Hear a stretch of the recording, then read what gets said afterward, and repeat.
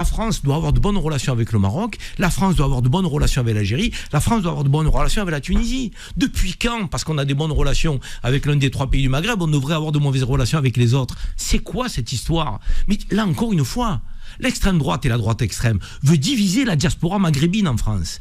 Et certains veulent jouer effectivement de leurs relations positives nouvellement renouvelées avec le Maroc pour dire... Notre ennemi, ce ne sont pas les Marocains, ce sont les Algériens. Non, monsieur, non, il n'y a pas d'ennemi. Les diasporas marocaines, algériennes et tunisiennes, main dans la main, en fraternité. Elles ne céderont pas à ce chantage et cette instrumentalisation. On ne rentrera pas dans le jeu diplomatique des tensions et des crispations entre les pays. S'il y a des crispations et des tensions avec les pays, ça doit se gérer comme dans une famille.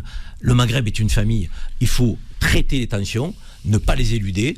Il y a un sujet avec le Sahara occidental entre l'Algérie et le Maroc. Il faut laisser les instances marocaines et algériennes gérer ça. Donc, en lien avec les Nations Unies, en lien avec tous les pays qui décident de prendre parti pour telle position ou telle position. Mais en aucun cas, les diasporas marocaines et algériennes doivent aujourd'hui se froisser, être en discorde parce qu'il y a des tensions diplomatiques entre leurs 2 pays d'origine. Depuis quand ?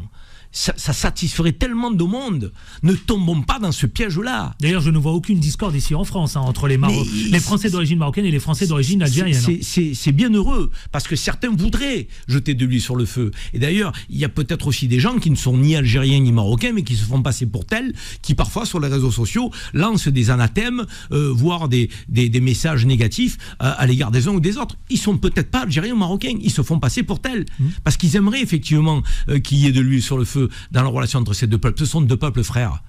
Et je rajouterai la Tunisie, 3 peuples frères.